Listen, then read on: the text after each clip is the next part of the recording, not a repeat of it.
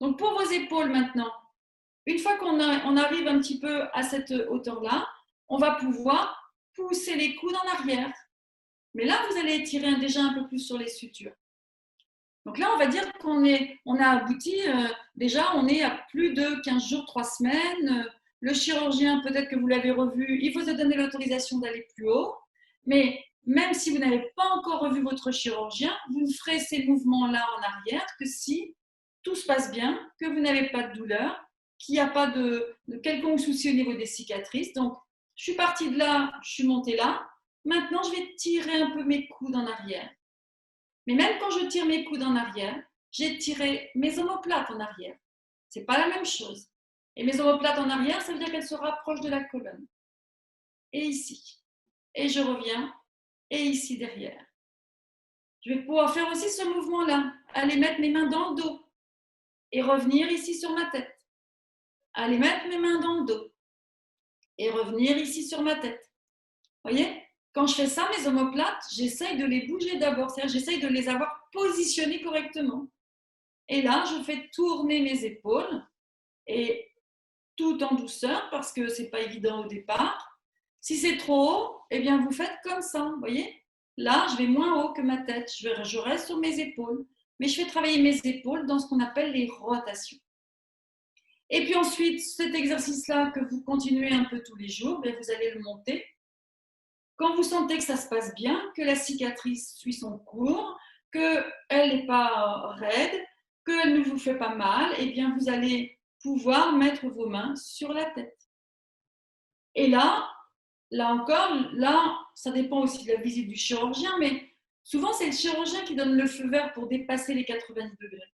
Mais si vous voyez votre chirurgien à 1 mois, peut-être que vous pourrez dépasser vos 90 degrés si tout va bien.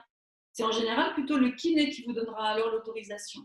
Et vous voyez là, je vais monter et je vais faire fonctionner mon épaule, voilà, pour aller de plus en plus loin. Vous voyez, le point de repère, c'est la tête ici. Posez les mains sur la tête, dans un sens ou dans l'autre. Parce que si vous allez en radiothérapie bientôt, il faudra que le bras soit comme ça. Et comme la radiothérapie, souvent, c'est 6 semaines après l'intervention, plus vous voyez votre chirurgien tardivement, plus vous risquez d'avoir enraidi un peu votre épaule. C'est pour ça que c'est important de voir un kiné d'abord, pour qu'il vous aide à faire votre cheminement au niveau de l'épaule pendant ce mois, pendant ces 15 jours ou ce premier mois.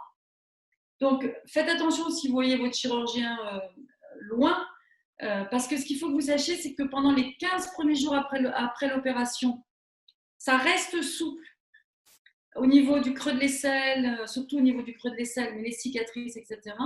Et si vous ne bougez pas pendant ces 15 jours, c'est les 15 jours suivants qui vont être critiques parce que ce que vous n'aurez pas bougé pendant les 15 jours, ça va se fixer. Et donc, ça va s'enraidir. Donc, si vous bougez tranquillement pendant les 15 premiers jours, tranquillement, parce qu'on a dit qu'au début, la première semaine, il faut vraiment être très prudent. La deuxième semaine, vous commencez à bouger et vous faites ce qu'on a vu là.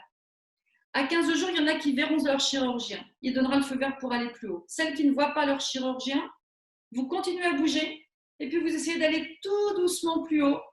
Et là, vous allez garder la mobilité du creux de l'aisselle. Parce que c'est dans cette période de 15 jours à 1 mois que ça devient critique si vous ne bougez pas. Mais je répète, vous bougez toujours avec modération. Ne vous faites pas mal et ne bougez pas de manière intempestive. C'est-à-dire des tas d'exercices, il ne faut jamais trop en faire. Et vous allez voir que progressivement, ça va s'assouplir. Et après, on verra les exercices après 6 semaines. 6 semaines, c'est le temps de la cicatrisation. Donc, au bout de 6 semaines, comme tout sera cicatrisé, on pourra aller beaucoup plus loin dans les amplitudes. Mais pour l'instant, vous voyez, ces exercices-là, ce qu'on a fait, les rotations, voilà, les mains sur la tête, ou plus bas, les mains aux épaules, ça fait travailler beaucoup de choses dans votre épaule, beaucoup d'amplitude. Et vous voyez, je ne mets jamais mes coudes trop en arrière, vous voyez, surtout avec les épaules en avant. Hein, c'est toujours important d'avoir vos épaules bien en arrière quand vous faites votre geste. Et vous voyez, comme je me tiens droite, pour qu'en même temps, vos muscles du tronc, de l'abdomen, ils travaillent.